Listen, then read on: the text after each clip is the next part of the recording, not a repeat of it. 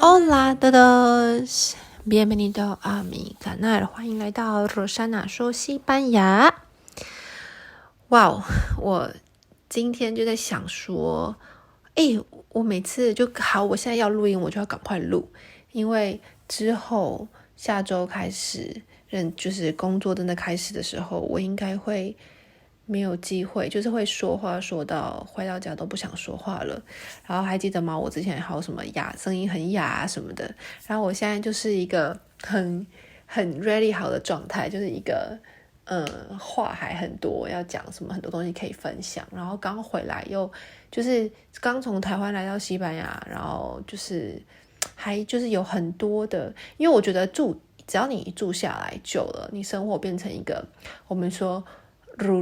西班牙文是 rutina， 就是 routine， 就是变成就是一个每天例行公事的时候，好像你一切的东西都变得感受力就会变差，就是好像没有那么的有很多的想法。对，我有时候都会想说，真的不知道要分享什么耶，就是已经习以为常了。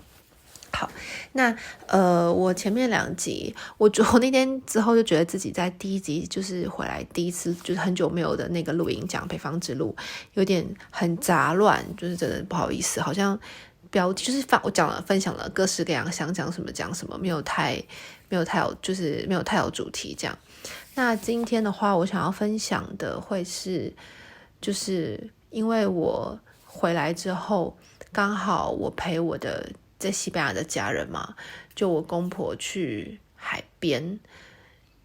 然后我就想说，其实这好像也可以跟大家分享，就是不知道大家知不知道说西班牙都有去海边这种传统，至少我认识的很多的人，所以说我不确定我以前有没有分享过，就是所以西班牙人呢，通常每一个人基本上就是你进去一个公司，如果你是给他雇佣1年那种，就是做月薪制的话，都会有1个月的假期。那当然就有小小的差异，比如说像我，如果说我今天是在学校的话，那假期就是一定安排在暑假嘛。那寒假就没有，因为寒假的话是圣诞节，然后就不算在里面，就是它就是你会有个30天的假，这不包括国定假日，就是你有额外的30天。那有些人像我一个朋友，他是比较是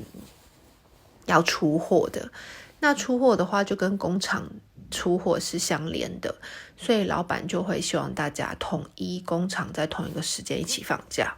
就有些人的假期是被固定的，然后一般来讲，如果今天你是公务人员或是你自己可以选择的话，反正你就有30天的假。那很多小孩的家庭他们都喜欢选在8月，因为只有30天嘛。这样讲好，它就是30天，所以暑假的话，我们不会选7月，选在8月，主要是因为8月应该是说，就是一定是7、8月会挑啦，就让小朋友放假的时候嘛，顺便可以陪孩子，然后也是最适合，因为西班牙在7、8月的时候，就是那么靠海，那么多靠海边的城市嘛，所以很多的家庭，无论是非常多的家庭，他们都是可能爸爸或妈妈就已经在某一个海边或是山上避暑的地方买了一个房子，可能是一个 piso， 可能就是个公寓，或是反正就是一个小地方都可以，反正就是买个落脚的地方，然后他们暑假避暑的地方，或是度假的地方，或者是爷爷留下来的，反正就是家人会有个房子在某一个地方，然后每个家的地方都不一样。就比如说，通常你问说，你暑假要干嘛？那个人就可能会说，比如说，我要去阿里干德的海边。那你就在问说，是你们家里面有房子？对啊，有房子。那或者是说，你问他们说，你去多久了？他就说我从出生就是每年都固定去阿里干德的海边，所以大家会挑一个地方，然后每个人都不一样。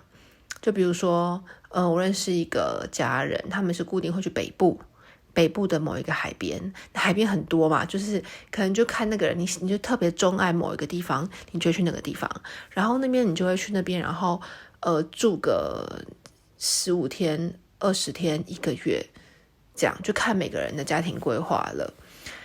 然后，所以我陆米的家人他们也有去海边的传统。那他们的海边一开始去的时候，我完全不知道在哪，就是因为它不是很知名的，因为通常去海边最知名的可能就是南部啊，像 Gadis 就是很有名的。我之前去冲浪那个地方，南部很有名，夏天的。然后北部也很有名，因为北部我现在分享的那些是因为北部很漂亮，可是就只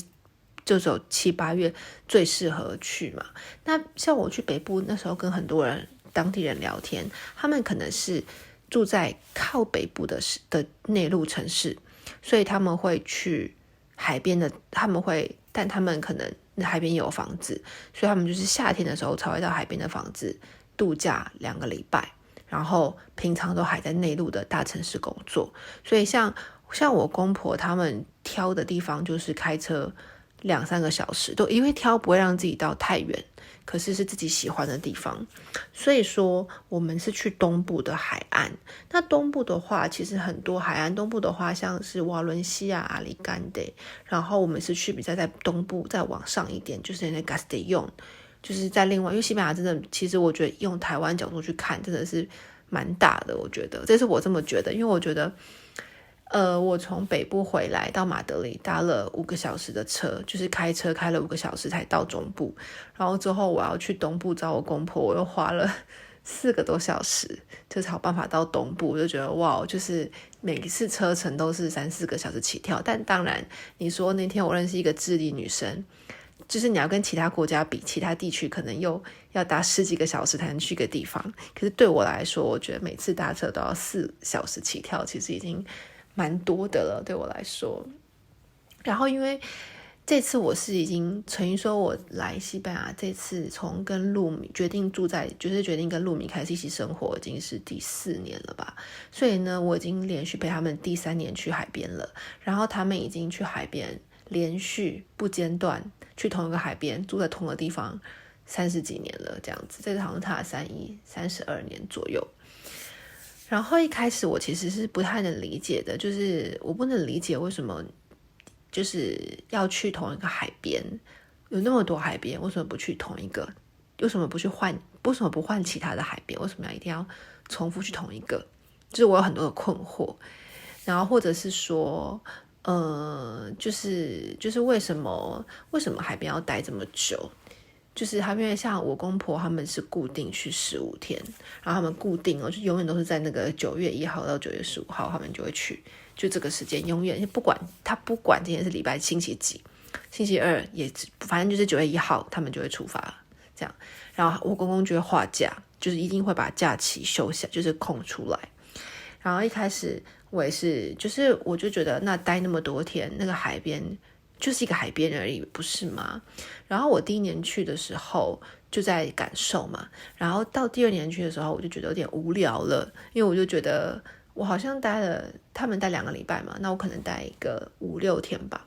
然后我就觉得蛮无聊的耶。然后这是我的第3年，可是我好像喜欢上了这个，我突然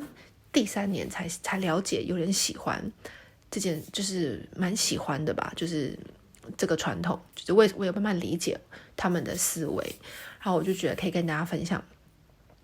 他们在海边都做什么，还有一些在海边的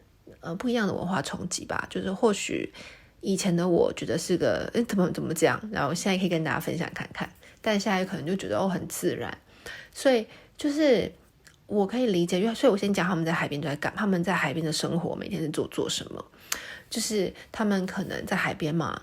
我觉得是因为海边他们都有度假的氛围很重，就是房子都会弄得矮矮的，然后他们有规定，现在有规定海边的房子不能建得太靠近海滩，就是有固定保护一个区域，然后所以海边都很有度假氛围。然后因为也可能就是会很多的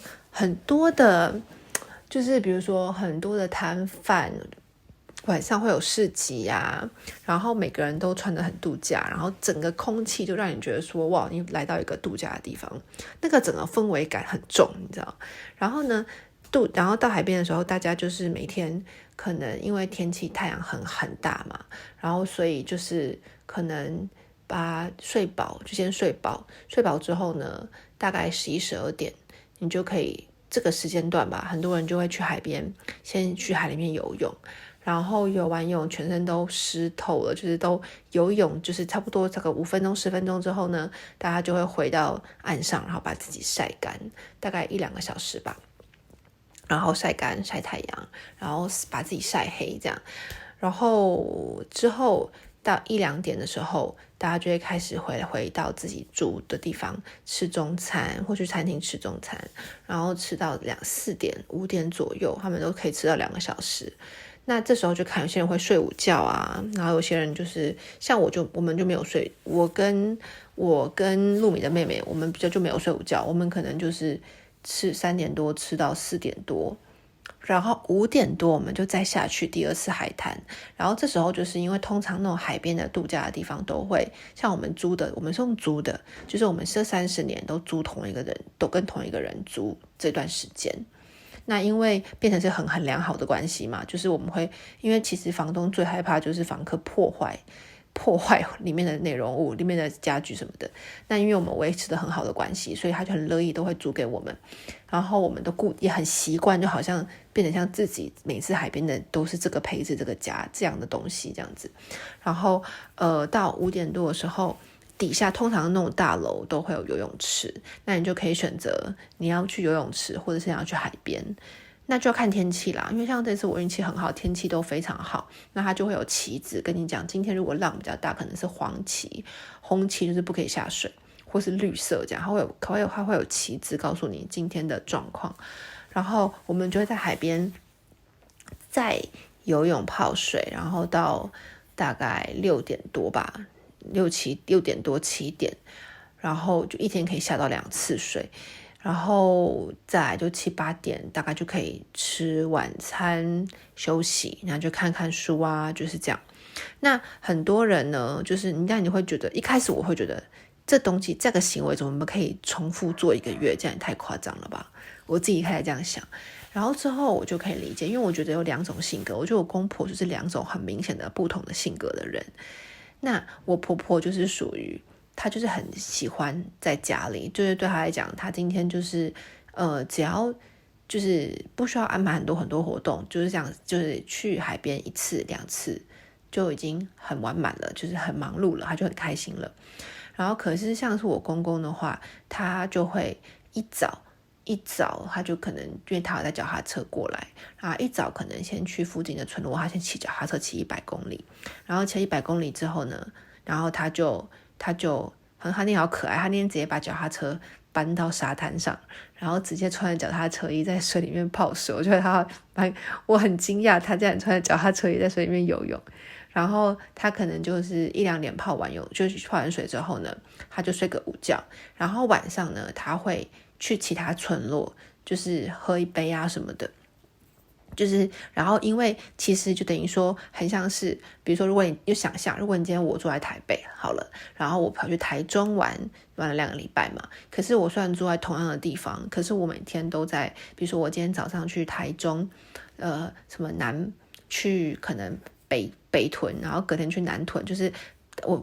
他们会安排，等于说有点像是还是在观光，就不只有在海边，还有附加到它周围的价值。所以说就是他们会，那其实就比你想象中还要大嘛。你想想看，如果我今天本来住在台北，然后我去台中住了2个礼拜，然后一方面是当然你挑一个点，那个点就是就算你今天起床还是有海，因为它就是就至少有海这个东西，海这个可以泡水这个行为嘛。然后再来呢，就是可以，那我今天可以去这个小镇，明天去另外一个小镇，然后甚至我可以开车开更远，比如跑去嘉义啊之类的，你懂那种概念。所以呢，其实你每天这样子，如果一天像这次我们去，因为我记得我第1年去的时候，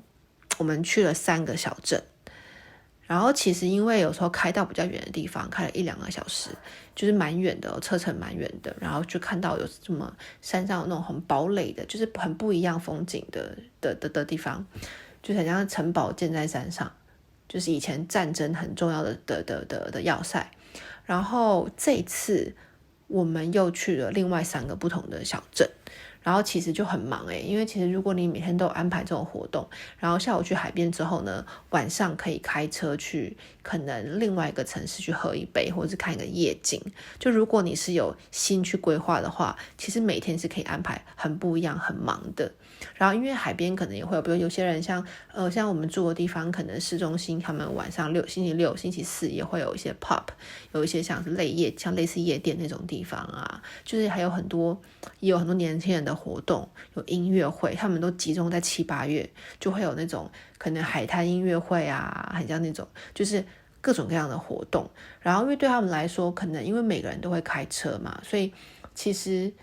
开车去半小时1小时后，附近的地方都是很正常的，就是都是很方便的事情。然后像我们那时候去的时候，这次我就重返了另外一个地方，叫做 Benisco 啦，那边我蛮喜欢的，那边很像希腊，它弄得很像希腊，可是又是希腊1/3的价格，可是它的房子弄得很像希腊，很可爱，然后氛围感也很像，可能音乐不太一样吧，然后天空的蓝色不太一样，因为我觉得希腊蓝跟西班牙蓝的天空是不太一样的，然后可是就是蛮可爱的一个地方。然后那边晚上在9月初好像会是他们那个地方的庆典，所以每个城市都有自己的庆典嘛，然后刚好那边是庆典的话，他们就会比如放小牛出来玩啊，他们就有一些小斗牛的活动，或者是说很多活动就音乐节什么的，然后晚上都很晚，都很热闹。那天我们就特别一起去那边吃晚餐，然后去看那个活动。对，所以说其实如果今天你要到处乱跑，其实也是蛮忙的。然后像我这次第3年就是因为去第3年了嘛，所以就比较了解那边，然后就会比较多准备。像我公公他都会带脚踏车去嘛，那他就可以计划说，因为其实附近很多很多地方，所以他就可以就像登山路线一样。那边有一座山可以登，就是因为它是面着海，然后后面是山，所以说其实也有很多的登山路线。那像我公公他就是光是每天安排他今天要骑哪一条路线，他就很忙了，他就每天光骑车去海边就非常忙。然后像我的话，我连续几天我是起来做瑜伽嘛，就是我大概7点起床，然后看日出做瑜伽，然后还有一天是去慢跑到另外一个方向。然后有一天呢，我是跟我在 BlaBlaCar就是共乘汽车认识的2个太太，然后他们在另外一个城市，然后我们就他们搭火车到我的城市，然后我们3个人就一起健走，就是很像走，就是走7、8公里吧，还蛮快的，1个半小时，然后走到另外一个城市，然后另外一个城市也有海边，所以我们就穿着泳衣在身上，然后去那个城市游泳。那就会不太一样啊，因为就是你就到别的城市嘛，然后会看看别的城市的不同的东西，所以我觉得就别的小镇啦，应该说是小镇，所以我就突然可以理解说，所以其实没有，应该说你要怎么过都可以，就有些人，但也有我看到各式各样的人，就是有些人他们可能就选择带一本书，然后就躺在海滩，然后就晒太阳看书就过，这也是一种做法。然后很多人是会沿着那个沙滩散步，那沙滩其实还蛮远的，就是他们可以可能走1个小时，就是拖着鞋，然后沿着海岸，然后走很远很远很远，然后再走回来。然后我这次去跑步的时候发现，就是像我们这边还有另外一个小镇，他们都有那个风帆跟帆船课跟风帆课2个课都有，所以有些人也可以去上这种课。还有那种什么海边瑜伽，还有另外一个城市有个很好笑，我觉得很好笑，水里的健身房，就是会有教练带着大家，好像要去市政府报名，好像是免费的，然后呢就会有个教练，然后大家就在水里面，然后做一些有氧动作之类的，就是很多活动。对，所以我就可以理解说，所以其实1个月可能还蛮久，但其实15天，像我这次来，我去了我这次来4、5天嘛，因为我婆婆很期待我去，然后这件事情我也觉得蛮有趣的，因为一开始我是觉得，就是因为我并没有觉得我一定要去这样子，然后可是之后婆婆就很热烈的邀请我，然后就觉得希望我可以跟他们一起共度这个时光，然后我就想说好，那我就尽量，所以我朝圣之路的时间就想说安排不要走到太远的地方，然后再安排几天，至少可以陪他们一起过一点他们的度假时光。对，然后西班牙人好像都还蛮照顾，就比如说像我去他那边，然后他们就是虽然西班牙人没有，这是题外话，就是我最近观察，就问过，因为我之后我问过很多的就是太太，然后他们就说就这也是一个文化，就是说因为一开始我也觉得说蛮奇怪，因为就是如果今天我一个人去找他们，然后因为露米不在，我一个人找他们过就是度假，是不是有点奇怪？我自己有这么觉得，然后可是其实对他们来说，其实他们心里面我就是他们另外一个女儿，然后他们对我就跟对女儿一样，就是完全就变成一个其实蛮自然的事情。然后所以我没有，但是西班牙里面你没有要叫你的公婆父母妈妈爸爸没有，可是呢他们对待你的感觉就是有点类似，很像类似，就是类似已经变成父母的样子，所以就很自然的就是已经成为家人了，就共度时光。然后再来我要讲的就是我终于就是找到了为什么他们会那么喜欢去同个地方的原因，就是因为他们已经去了30年了，然后所以就是你就想象看任何一个西班牙人他们都固定去同个点嘛，那他们就在那个点就会建构出跟那个地方的连结有超过30年的情谊，那就包括你在海边会遇到的人，所以他们可能在30年前就认识了一对夫妻，然后他们就每年的固定的9月都会跟这个夫妻重新见面，一年就见这么一次面。然后还有一个智利阿姨，她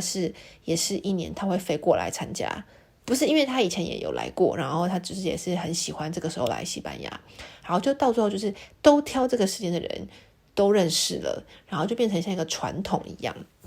还有一对夫妻，他们就是也是刚好爸爸的这边有个家这样子，然后他们刚好在市中心有一个房子，然后每年都会邀请我们大家去他们家吃一顿饭，就建立了很多传统。哦对，还有这次我一定要去的原因是因为我公公他就是会固定在海边过生日，所以变成说我要去帮他庆生，然后这变成一个传统，就是每年大家都会来，因为要帮我公公庆生，然后就这样已经做了30年。然后这次让我很惊讶还有一件事情就是所以在30年以前啦，可能就是有10几年吧，然后就是很多的非洲人他们会在海滩，因为以前海滩是很多人在海滩上面度假嘛，然后非洲人就会带着毛巾啊、衣服啊、手表啊各种东西，然后在海滩卖，然后因为品质很好的样子，我跟我婆婆说的品质很好，然后而且那个黑人那个非洲人很好，他就会说你先拿去试，然后下午喜欢再过来给我钱就好，就是很信任对方，然后所以我婆婆跟他们买过非常非常非常多东西，然后到最后竟然变成朋友。然后这次呢，现在那个非洲人已经没有做这个生意了，可是呢他特地就是从瓦伦西亚开车过来拜访我公婆，然后跟我们吃一顿饭，然后我就觉得哇靠，好特别哦，就是他就从小，而且他从小等于说他看着露米长大，因为等于说海边有很多人都会跟我说他们都看着露米长大，因为就是从露米很小他们就一起在海边，然后每年就看着他们这样慢慢长大，所以我就觉得我渐渐可以理解这种感觉，因为你看我才来第3年嘛，可是我就已经看到这些熟悉的夫妻的面孔第3年了，然后大家都很好，然后就很像是一个，就不是只有你们4个一个家庭一个人这样子，海滩上大家会在固定的位置，就比如说我们都会固定在那个位置，所以只要你来海边，你在那个位置就会找到那些人，就如果你没有下去就找到那些人这样，然后所以你就会在那边跟他聊天，然后叙旧，然后分享这一年的生活，然后明年就会再看到他们，所以就是一个很温暖的一个循环吧，然后一起去海边，而且我觉得那个氛围，像我自己就觉得说可能我以前没有机会跟，比如说可能我跟我公公或是跟我露米的妹妹，我们平常生活各自忙碌，那你不会有这么多的时间，就是我觉得这是一个因为度假或一些事情就会让那个整个关系会感到不一样，就比如说你跟你的家人一起在海里面游泳，然后在海里面你就会，我不知道那个很轻松，你会觉得你们的关系又不太一样了。就像是我之前说，你跟同事去夜店跳舞，就是那个感觉跟你们在办公室会完全不一样。所以经过一件事情之后，那个氛围感就会默默的被改变。然后这是我觉得西班牙就是还蛮不错的地方，就他们总是会有创造一些环境，然后在那些环境上面，你就是因为那个氛围很轻松，所以呢距离就会被拉近。对，好，所以我会这就是我这次去，然后所以这次回来之后，因为我本来是去年还觉得说我觉得有点无趣，然后我以后可能不想要每年都去，会不会就是1-2年有空再去就好了，有这样的想法。然后可能这次去之后，我就觉得说，其实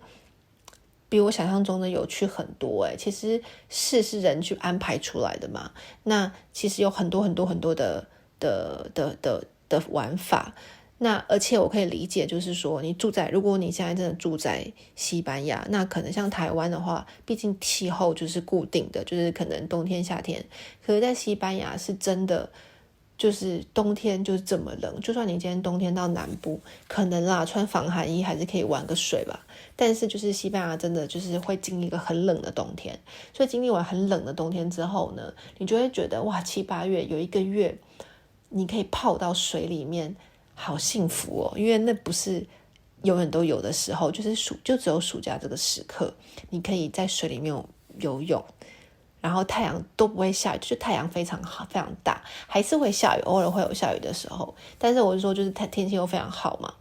然后你就觉得很珍惜。因为像我现在我在水里游泳的时候，我就想说哇，等到9月后又要开始降温了，然后又要开始冷了，又要冷到之后12月可能就要10度以内了耶。然后就觉得哇，现在能泡在那么温暖的水里面也太幸福了吧。对啊，然后就很多活动，所以我就觉得我也喜欢上了这样子的活动，然后也可以理解说原来难怪他们都会去同一个地方。然后因为你1年只去1次嘛，所以我觉得西班牙很多的传统，那是因为他们1年都做1次，所以他们也不会觉得那么无聊。所以他们那么多传统，比如说固定9月就有个节日啊，然后这个就是说今年这个时候就要做这个时候就要吃这个。然后以前我都觉得天哪，你们怎么那么多传统？可是现在我就觉得说因为你毕竟1年就这么1次的话，你就觉得也还好啦，就是反正1年就没有那么近的感觉嘛，所以就还是觉得很好玩。好啦，就这样，所以我这次就跟他们去海边，然后认识了3个村落，然后之后就是还知道说附近还是有很多地方可以去造访然后另外一个我觉得很有趣的，最后跟大家分享这个。然后另外一个就是我在走朝圣之路的时候遇到一个中国女生，中国太太，她退休了，然后她住在美国，她也蛮厉害的，她就是自己第1代移民，然后之后她就是在小孩在那边出生之后，她已经在美国做到退休了之后，一个人来走朝圣之路。然后因为听得懂她的语言嘛，然后她就晚上在讲电话的时候，她就跟她的不知道跟谁来分享说，我好像去到一个我今天因为北方之路会经过很多的海滩嘛，然后他就说我好像经过了一个裸体海滩，有人啊，有女人啊，就是竟然没有穿上衣耶，吓死我了，这边的文化怎么会这样啊？然后我听到的时候就觉得蛮可爱的，因为我一开始来的时候也有很惊讶，就是我记得那时候我跟我那个一个很好的美国朋友，然后我们2个都会是说哇，这个人又没穿上衣了，这样就他们躺在沙滩上的时候，有些女生会直接把那个比基尼直接脱掉。然后可是现在我就可以理解，因为那个你要一直晒太阳嘛，然后你想想看，就是你的身体就会不是均匀的你就会有一个比基尼的痕迹，然后因为那个很难看，然后为了要好看，他们就直接上空，就直接让太阳可以直接晒到，就不会有那个比基尼的痕迹。那因为太多人这样子了，所以西班牙男人已经见怪不怪，就是对西班牙人来说，这个就是看久了没有什么，他们不会觉得很惊讶，因为他们知道他就是目的只是要晒而已，而且可能那个女生的旁边有她男朋友，就是就是也没有什么，就是反正现场很多人，然后所以就变成是一个很正常的事情。然后有些女生你可以看得出来，比如说她今天如果要晒某个部分，她可能比如她背着你，她可能没有穿，你就可以看得出来她们没有穿衣服是为了要晒太阳。对啊，可是这边可能就会觉得很冲击。就像我记得很深刻，有一次我好像10年前第一次来这边当交换学生的时候，有一天在市中心看到一个女生只有穿内衣，就内衣外穿，然后走在市中心，然后我也是就很惊讶，我就觉得怎么会穿这样子走在路上，就是太惊讶了。可是好像现在就会觉得很稀松平常。对，然后现在我回来的时候，身边所有的人，因为太多人，可能非常非常多人都去海边度假，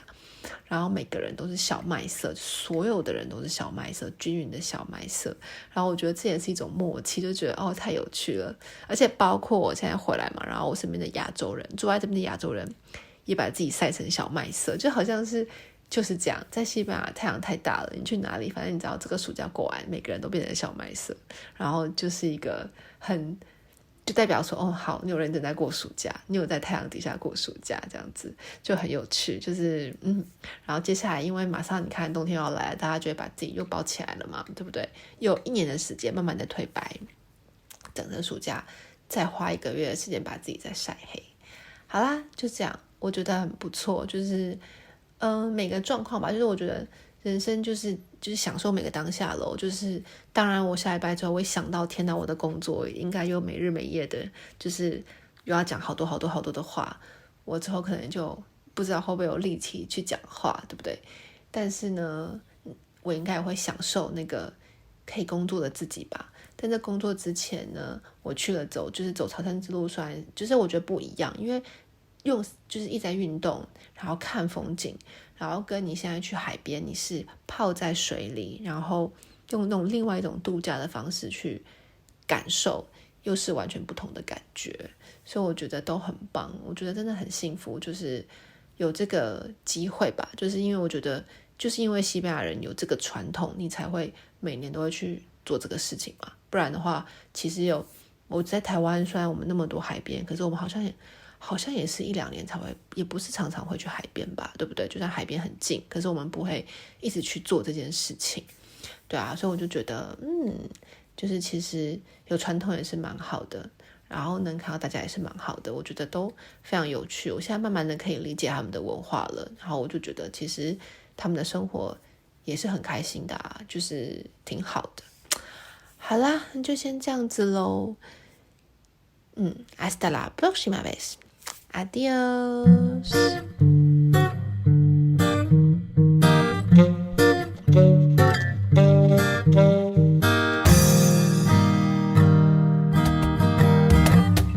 Yo no me muero si no estás aquí.